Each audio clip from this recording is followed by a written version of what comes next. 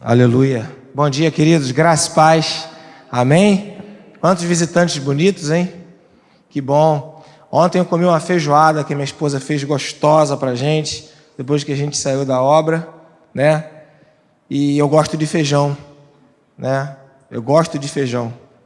Feijão é muito bom. O meu sonho é que o Lucinho também gostasse de feijão. Eu acho que só a Nilza está entendendo o que eu estou falando aqui, né, queridos? Mas vamos lá.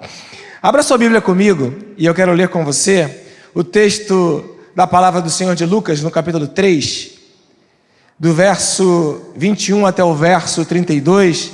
Eu tenho usado a NVI, Lucas capítulo 3, do verso 21 até o 32, que fala, ou conta, ou narra o momento da circuncisão de Jesus, ou da consagração de Jesus Cristo. Lucas capítulo 3, versos 21 a 32. Amém? Diz assim o texto. Lucas capítulo 3, 21 a 32. Acho que eu errei a referência. Eis que te digo, irmãos, errei. Então vamos ali para Mateus. Não. Lucas 2, 21 a 32. Cadê? É esse aí. Obrigado pela cola. Lucas 2, de 21 a 32. Já deu tempo de mudar, Narlete? Amém. Que diz assim o texto.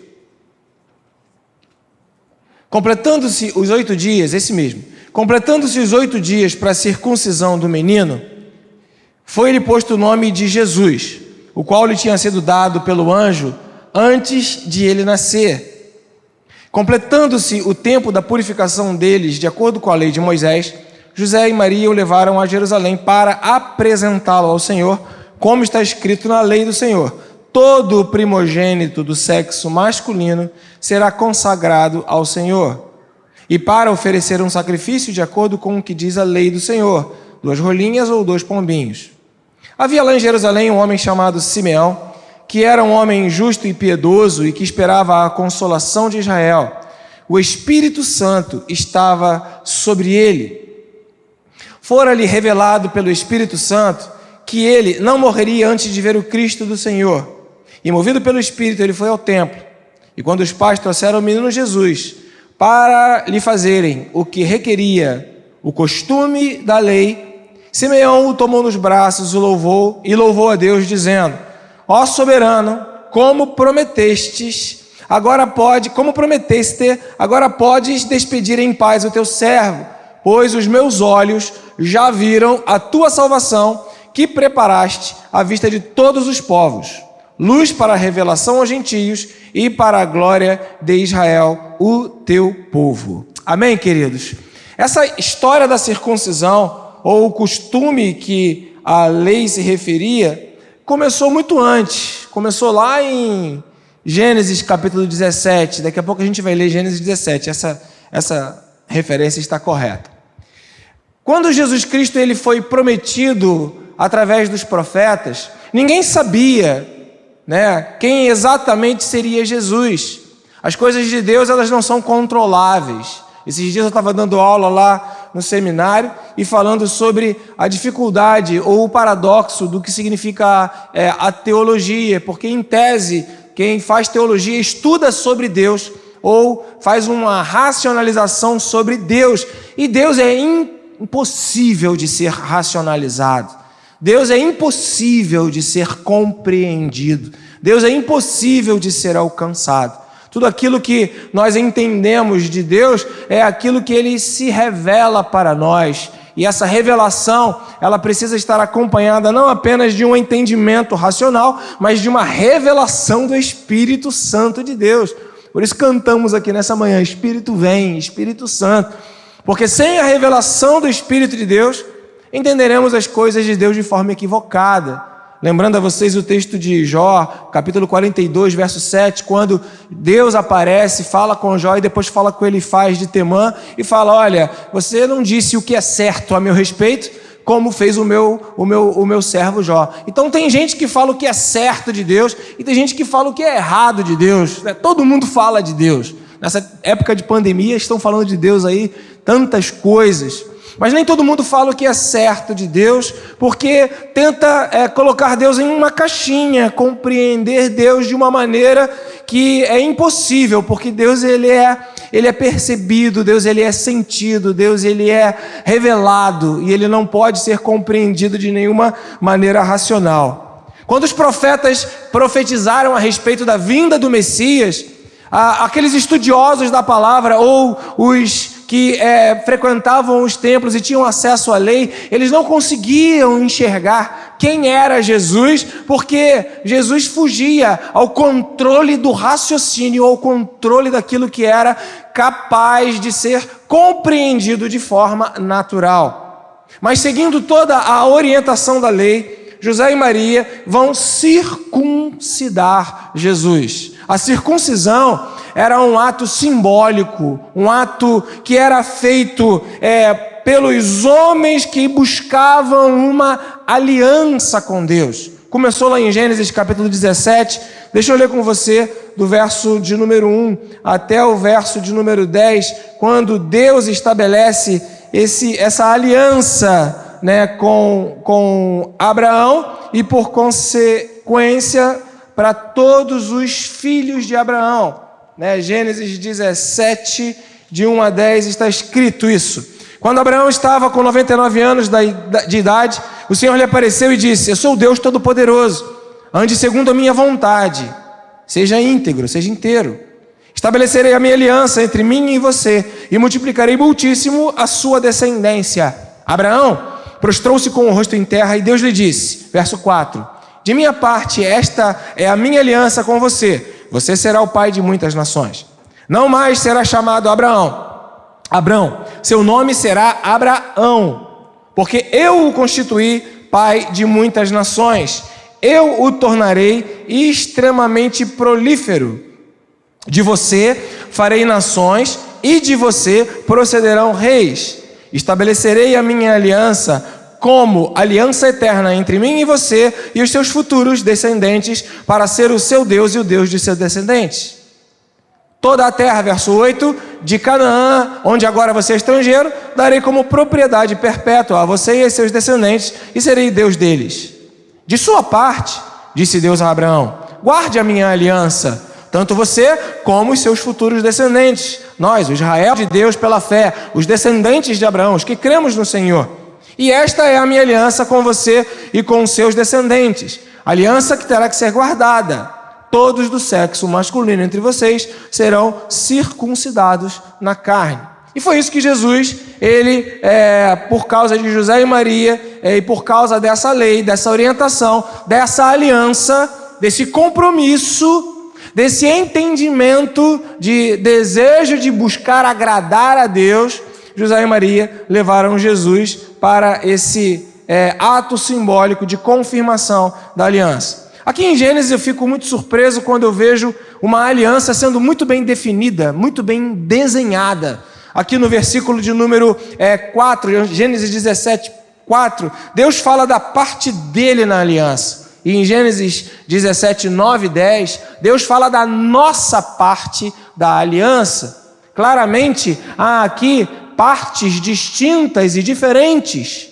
A parte de Deus na aliança e a nossa parte na aliança. Uma aliança requer um compromisso ou partes que se comprometem a manter aquele vínculo, manter aquele elo. Por isso que a gente tem aqui no dedo, quem é casado, tem um anel no dedo que é o anel do compromisso, da aliança. E eu tenho esse anel, a minha esposa tem um anel igual, e nós temos um símbolo do compromisso que eu quero ter com ela e que ela quer ter comigo. E assim era a circuncisão. A parte de Deus, como lemos aqui em Gênesis 17, 4, ela acontece no ato da promessa de Deus.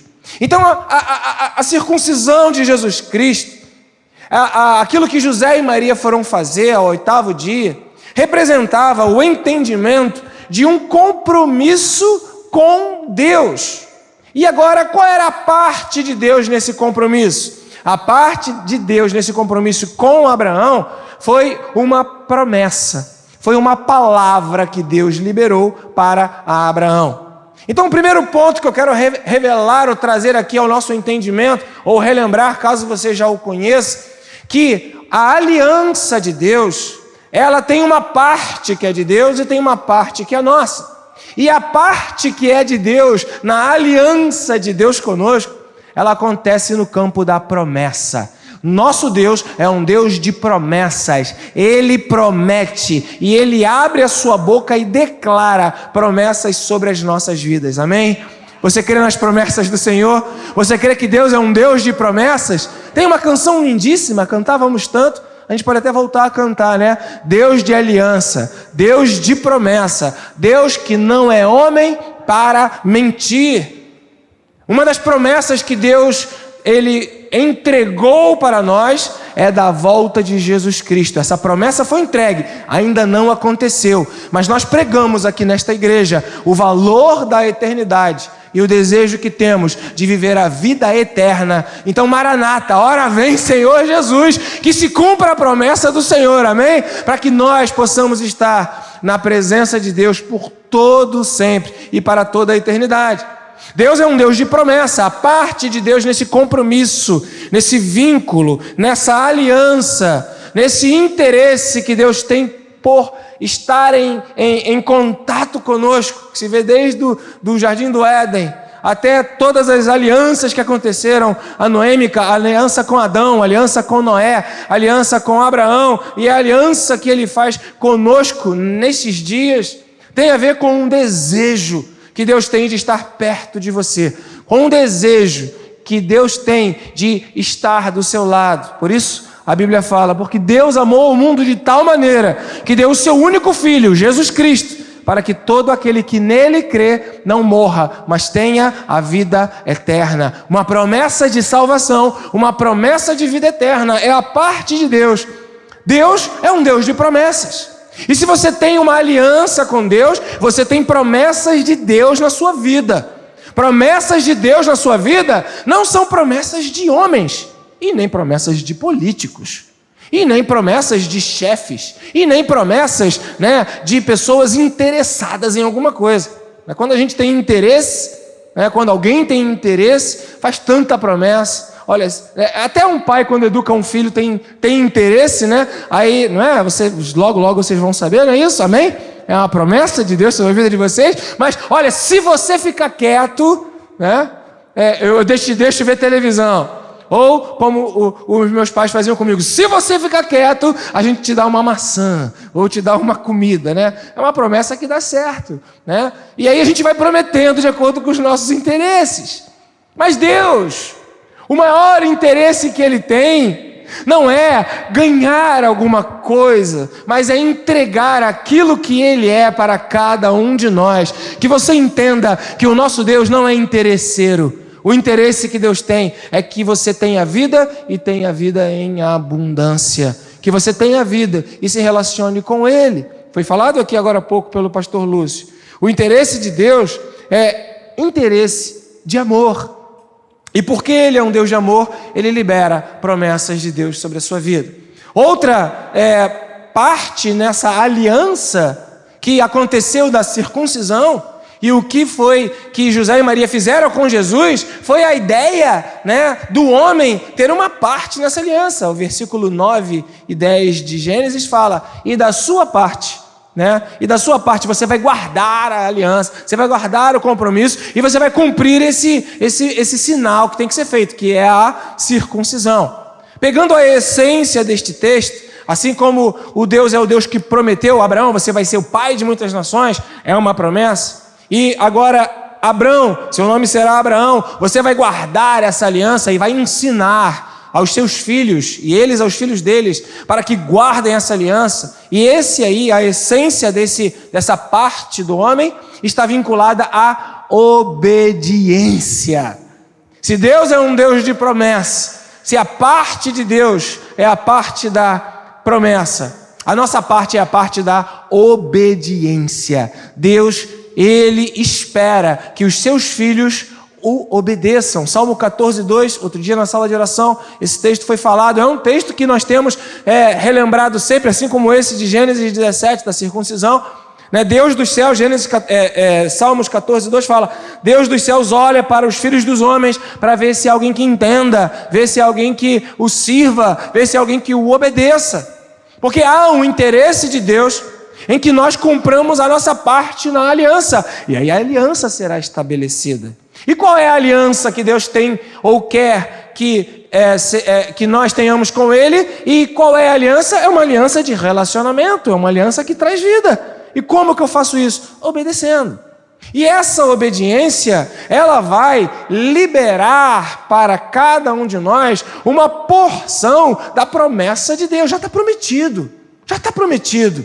A Bíblia fala, olha, Deus amou o mundo de tal maneira que deu, já deu. Não vai dar, não ficou de dar, já deu. Para que todo aquele que nele crê, aí é uma proposta futura, aquele que crê. Aquele que entrega, aquele que crê. Então, o que Deus tinha que fazer, Ele já fez. Nós é que temos que agora continuar fazendo aquilo que é a nossa parte na aliança. Por isso a fé que nos leva à obediência. Desses três permanecem, né? A fé, a esperança e o amor. E o maior deles é o amor. Então é nesse processo de obediência que nós então nos vinculamos às promessas de Deus. Você quer promessas de Deus sobre a sua vida? O caminho é o caminho da obediência. Vai lá, faz como fez Abraão. Amortecido pelos anos, 99 anos, teve a promessa e obedeceu. Às vezes a gente está amortecido, né? Eu estou aqui com a minha mão direita tremendo, não estou com Parkinson não, irmãos, graças a Deus, né? Eu estou com a minha mão tremendo por conta do estresse da picareta, né? Porque nós estamos em obras, glória a Deus por isso, amém, irmãos? Nós estamos em obras, brevemente nos mudaremos, então logo a gente consiga, então nós estamos preparando o terreno, preparando as coisas. E ontem foi um dia intenso, né, para o Ítalo, para o pastor Lúcio, para mim, para o Gabriel, até apareceu lá, cadê o Gabriel? Né? Gabriel, né, o Vinícius, e tinha lá um caminho reto, irmãos, para a gente fazer uma coisa tão limpa, retinha, perfeito, mas no meio do caminho tinha um monte de concreto. Né? E a gente teve que contornar e quebrar um pedacinho no chão. Para que aquilo? Que ignorância, que desnecessário. E aí a gente vai quebrando concreto. E por fé nós falamos, vamos quebrar que vamos conseguir. E conseguimos. E é exatamente por isso que minha mão está tremendo, porque numa dessas marteladas, eu não sei, eu achei que estava duro demais, eu queria amaciar, aí botei meu dedo no meio e foi um espetáculo. Faz parte. Né? Mas ainda que minha mão esteja amortecida pela dor, a gente vai continuar fazendo o uso do martelo em nome de Jesus, amém, queridos? Então a gente está aqui, de vez em quando eu estou levantando a mão, né? É bom que todo mundo pensa que eu estou glorificando, mas é para o sangue não descer, aleluia. Então glória a Deus, fica assim, né? Se o sangue desce, dói, então fica assim. Mas às vezes aparecem situações que fazem a gente ficar amortecido para não acreditar na promessa ou parar no meio do caminho. Mesma coisa aconteceu com Abraão.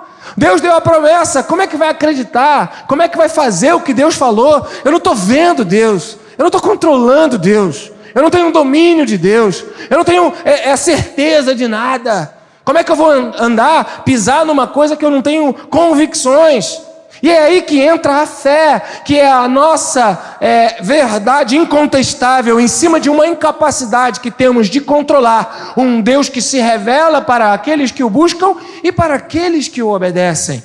E é nesse sentido que José e Maria tinham essa percepção de obediência. E aí levaram o menino Jesus para ser circuncidado ao 8º dia, conforme dizia a lei de Moisés, conforme a aliança que Deus deu a Abraão, conforme o entendimento da sua parte na aliança. Então você vai vendo que as coisas de Deus, elas vão sendo desenhadas e vão sendo reveladas para nós, para que o Deus que não muda, cuja palavra não muda e cuja a promessa é real e há de se cumprir, esse Deus, ele vai fazer com que você experimente das promessas dele. Então somente creia e mantenha-se na fé. E a obediência esse desafio de se manter preso à capacidade de crer. Agora há pouco tivemos aqui o dízimo, né? E quando a gente dá uma oferta, existe um mistério, eu falo sempre isso. Acontece um fenômeno logo que você oferta. Assim que você dá uma coisa, sabe o que acontece, irmãos? Você fica sem. Quando você dá alguma coisa, a primeira coisa que acontece é você ficar sem. Como é que eu vou dar uma coisa que então eu não quero dar? Como é que eu vou fazer alguma coisa que eu vou ficar sem ela? Como é que eu vou fazer algo que de fato vai tirar de mim? Por isso que é preciso fé e por isso que é preciso obediência. Abraão, ele recebeu a promessa. Vocês conhecem o texto, quem não conhece vou lembrar. Abraão então teve um filho, nasceu um menino, e daqui a pouco Deus, ele orienta Abraão para que ele pegue esse único filho e sacrifique, algo que ele não via.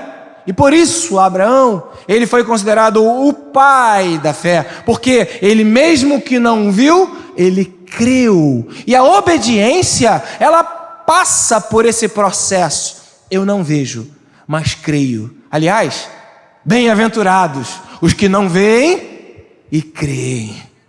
A promessa de Deus, ela vai se cumprir. E a parte da aliança de Deus ele já fez. Cabe a nós agora cumprir a nossa parte, que é obedecer.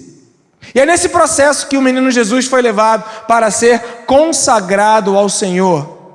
A consagração, ela é um voto, ela é uma dedicação, ou tornar sagrado, ou entregar. Se a gente tira a característica da fé no Deus único, a gente vai para o dicionário, é tornar sagrado, entregar à divindade. Então consagrar é quando você entrega para Deus. É quando você pega aquilo que é seu e entrega para Deus. Você consagra seus dons, consagra seus talentos, consagra o seu tempo, consagra seu dinheiro, consagra o seu corpo, consagra as habilidades que Deus lhe dá, e à medida que você vai tendo esse desejo, essa vontade, esse entendimento, você vai consagrando ao Senhor toda a sua vida. Jesus, ele é levado por seus pais para esse ato de consagração. Por quê? Para esse ato de entrega, para esse ato de aliança, porque ele não sabia o que estava acontecendo, ele não sabia o que estava fazendo ali, ele não sabia absolutamente nada. Alguém aqui já teve festa surpresa? Já teve festa surpresa de aniversário? Algum dia conseguiram fazer uma festa surpresa para você? Uma vez eu lembro que a Drica estava fazendo uma festa surpresa para mim e alguma situação lá de casa aconteceu que eu entrei na cozinha na hora que eu não podia ter entrado e ela teve que sair, depois veio com aquela cara de mentirosa, né? A Drica, quando faz uma mentira, ela fica com aquela cara assim. Aí eu falei, está acontecendo alguma coisa. Mas né, é difícil fazer uma surpresa, né? A gente ser surpreendido é difícil. Mas quando você consegue ser surpreendido, é aquela questão de alguma coisa que você não sabia acontece. Você não tinha um domínio, você não esperava e aquilo aconteceu. Né? Então, a ideia daquilo que Jesus estava sentindo nesse momento de consagração era essa ideia. Ele não sabia o que estava acontecendo. Ele não sabia o que estava se passando na vida dele. Ele não sabia as coisas que estavam sendo envolvidas naquele lance todo de consagração, de entrega, aquele rito, aquela ordem. Ele não entendia nada disso. Ele era um bebê, ele era uma criança, tinha 8 dias. Não tinha a noção do que estava acontecendo. E aí então, nesse dia dos pais, no dia que a gente vai consagrar, o Rafael, eu vou ter que pegar a cola, não tem jeito, e o Mateus. O Mateus e o Rafael. Viu? Acertei, tá? E é dia dos pais. O que a gente faz? A gente entende um compromisso que os pais têm com seus filhos. Ninguém aqui está vivo porque foi abandonado, foi largado. Mesmo os que foram, abre aspas, abandonados pelo homem ou pela mulher, pelo pai ou pela mãe, alguém cuidou de você. Porque se ninguém tivesse cuidado de você, você não teria sobrevivido. Então cada um de nós, quando tem um pai, uma mãe, uma família, O desejo de Deus, a orientação de Deus é que esse pai, que essa mãe, que essa família cuidem uns dos outros. E Deus então dá uma ordem, uma orientação para os pais cuidarem dos filhos. Aliás, o texto de Malaquias termina, o último texto do Antigo Testamento, e aí vem o período intertestamentário, que é o período do silêncio, 400 anos. Ele termina dizendo: e converterei o coração dos pais aos filhos e dos filhos aos pais. Por quê? Porque senão vai dar ruim, senão vai ter problema, senão vai ter maldição. E eu quero a bênção. Então a bênção, ela vem nessa conversão, onde o filho se coloca como alguém que obedece. Às vezes o filho vai entender, às vezes não. Eu sou cristão há tantos anos e tem coisas que Deus faz e que eu não entendo. Eu até posso perguntar: por quê? Por quê? Jesus na cruz, né? Eli, Eli, lama sabachthani. Por que, Deus? Por que me desamparaste? Se o próprio Jesus perguntou os porquês, eu também tenho o direito de perguntar, mas eu não tenho o direito de esperar uma resposta. Deus dá a resposta se Ele quiser dar a resposta. Então tem coisas que Deus vai fazer que eu não vou compreender e não vai ter resposta mesmo. Tem coisas que o pai faz e o filho não vai entender e não tem resposta mesmo. Então, quando nós estamos no Dia dos Pais e vamos pensar nessa consagração, Jesus estava lá sem saber, sem entender, mas os pais fizeram. Então aí vem a responsabilidade dos pais. O que eu vou fazer com o meu filho? O que eu vou fazer com a minha família? O que eu vou fazer com os meus filhos? Provérbios fala, né? Ensina a criança no caminho que ela deve andar e depois, quando ela crescer, ela não vai se desviar. Aí se você dá uma examinada melhor no hebraico, na exegese, não vai se desviar dos propósitos que você pensou a respeito da vida dela. Porque parte da ideia de que um pai tem propósito na vida dos filhos, e parte da ideia de que os pais trabalham para que esse propósito se realize na vida dos filhos. Deus é o nosso Pai, Deus é um Deus de promessa, e Deus trabalha para que os propósitos que Ele tem para as nossas vidas se cumpram em cada um de nós. A partir desse princípio, nós, enquanto pais, temos um propósito para a vida dos filhos. E se não temos, devemos ter. Devemos buscar a Deus. Pai, qual é a tua vontade para esse menino? Quando Zacarias e Isabel ouviram tudo aquilo que se dizia a respeito de João Batista, ficaram maravilhados e pensaram: uau, o que vai ser desse menino? Às vezes a gente não tem a ideia, a noção dos propósitos que Deus tem a fazer na vida dos nossos filhos. Mas se nós quisermos ensinar a criança no caminho em que ela deve andar, devemos buscar qual é a vontade de Deus para a vida do filho. E aí andar segundo o caminho do Pai das luzes, em quem não há sombra, em quem não há variação, e não segundo a nossa própria vontade. Porque o dono do meu filho não sou eu sou mordomo, gerente, cuidador. O dono daquela vida que Deus me permite ajudar a viver e desenvolver-se é o próprio Deus. Então, Pai nosso que estás nos céus, santificado seja o vosso nome, venha a nós o teu reino, seja feita a tua vontade na vida do meu filho. Então pais precisam orar e perguntar: Pai, qual é a tua vontade para a vida do meu filho? E ensinar a criança no caminho que ela deve andar. Não é o caminho que eu quero que ela ande, porque talvez o que eu queira para o meu filho não seja o que Deus quer para o meu filho. E eu preciso entender que, como um pai, Deus tem propósito para a vida dos seus filhos. E essa é a parte da aliança que José e Maria compreenderam e deixavam o menino Jesus. Logo quando fez aos 12 anos, Jesus estava lá ensinando no templo, né? Um adolescente que já estava lá exercendo o seu ministério, ensinando, discutindo, falando da palavra, e os pais viram aquilo e não se opuseram. Depois, mais tarde, em João capítulo 3, no casamento das bodas, né? As bodas de Caná da Galileia, primeiro milagre de Jesus, a Maria continua com o mesmo pensamento. E ela fala: olha só, gente, façam tudo o que ele vos disser.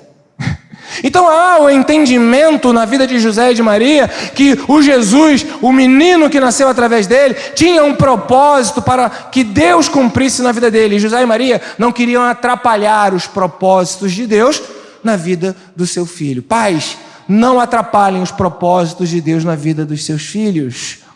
Não pense qual é a melhor profissão. Deus sabe o que é melhor. Não pense qual é a melhor esposa, qual é o melhor marido.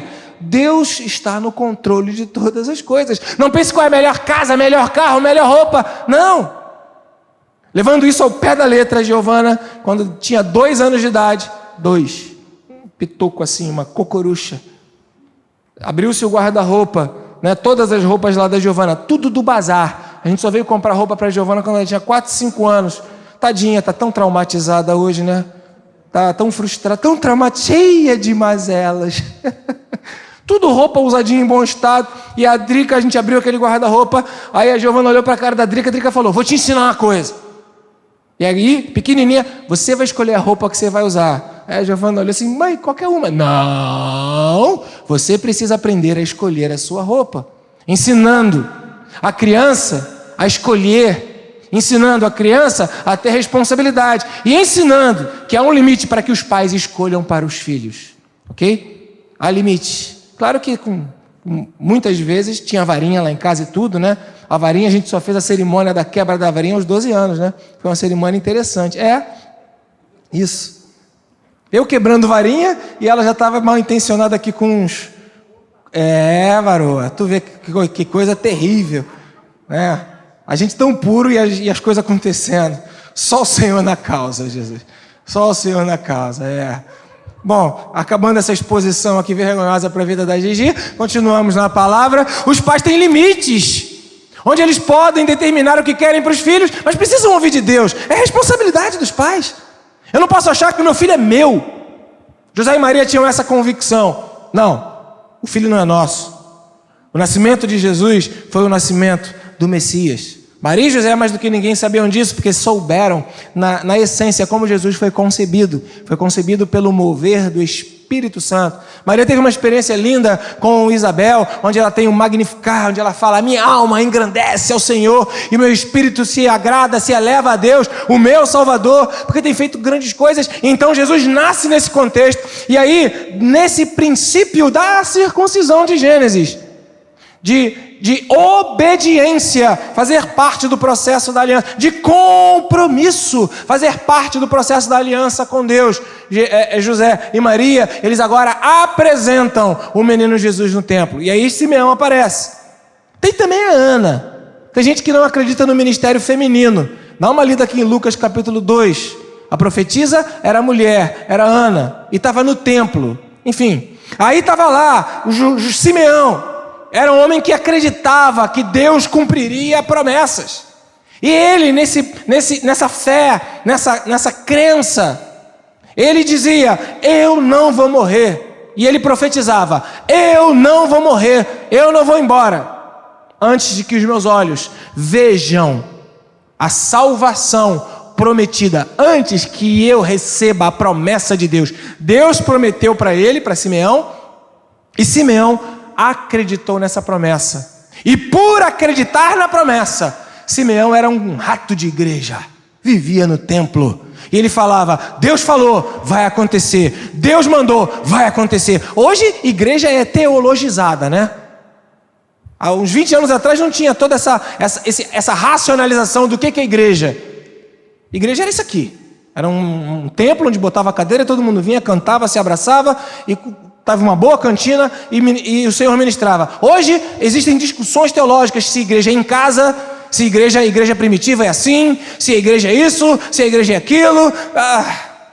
É terrível quando nós tentamos racionalizar algo tão prático. A igreja é a ideia do Senhor. E estava lá Simeão, no templo, na igreja, esperando a promessa de Deus se cumprir. E por que ele ia à igreja? Porque ele acreditava na promessa. Fica a dica para você: quem acredita que Deus promete, vai ouvir a palavra do Senhor. Quem acredita que Deus cumpre, vai agradecer a promessa que Deus revelou que faria, e quando ele faz, agradece, é grato. E tudo isso acontece no ambiente da revelação, onde Deus se manifesta.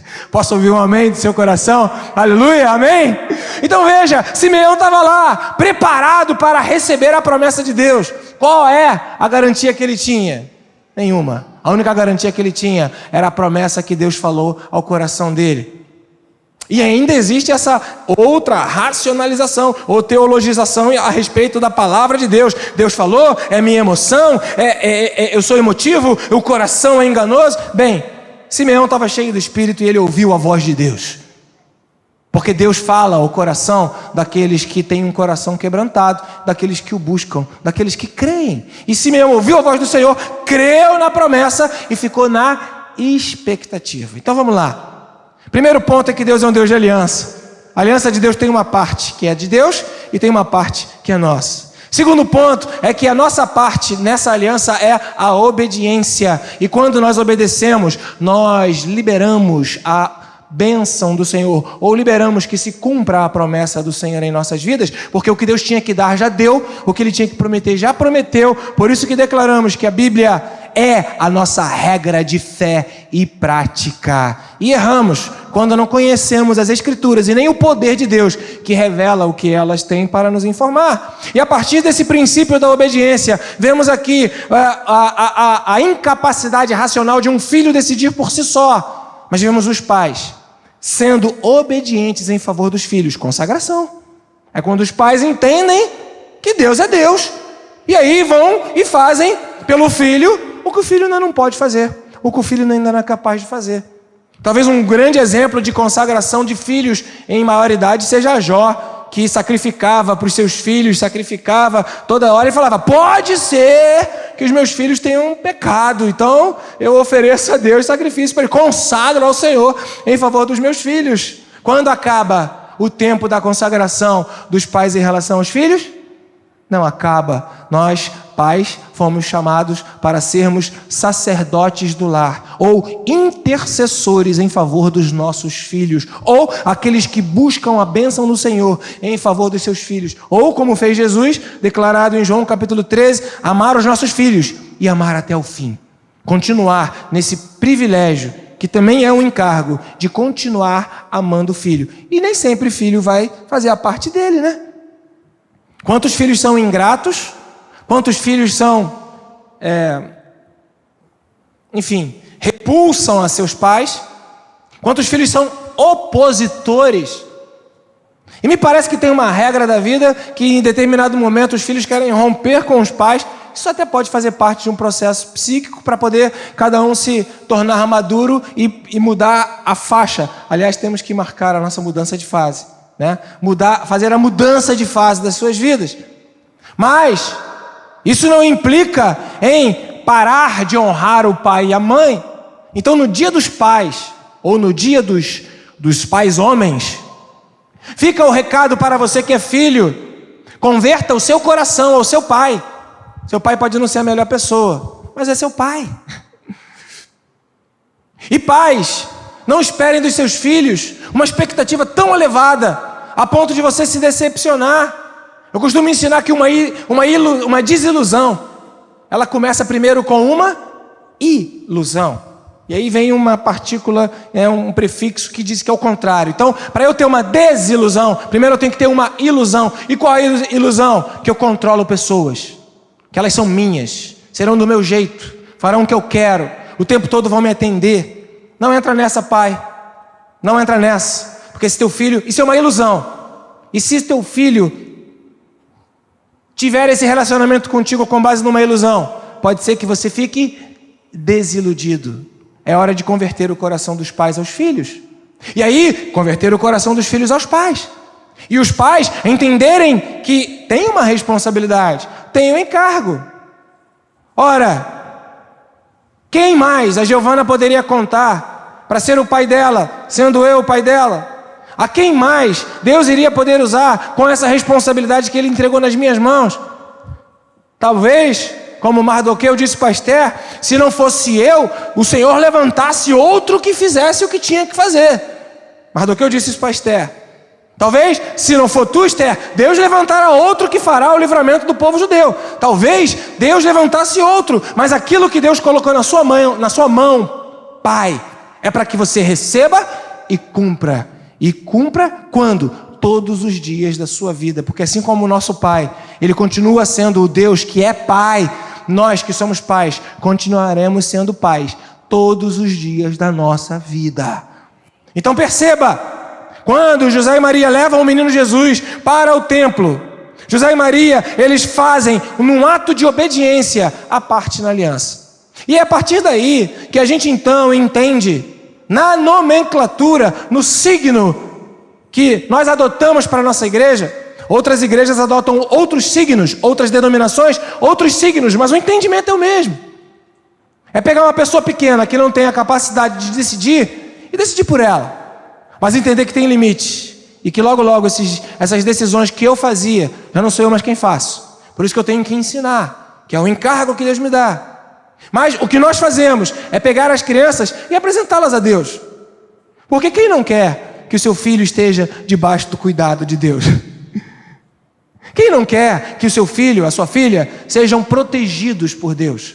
Estejam debaixo da bênção de Deus. Quem não quer que Deus, o Todo-Poderoso, acampe ao redor dos seus filhos e os livre de todo mal? Quem não quer o livramento de Deus? Quem não quer a saúde de Deus? Quem não quer a misericórdia e a graça de Deus? Quem é que não quer a proteção de Deus? Eu quero todas essas coisas sobre a minha vida e sobre a vida da minha filha. Então veja, quando trazemos o nosso filho, ele não sabe o que os pais querem, mas os pais podem querer pelos seus filhos. E logo que esse filho tenha consciência, aquilo que o pai quer para o filho, claro que ele vai continuar ensinando para que o filho também queira. Esse filho vai querer, de boa vontade, de livre e desejo, entregar a sua vida a Jesus Cristo e reconhecê-lo como único Senhor e Salvador. Então veja, a consagração é essa parte que nos cabe de entregar a Deus. Podemos consagrar a Deus o nosso recurso financeiro, fazemos isso através dos dízimos e ofertas.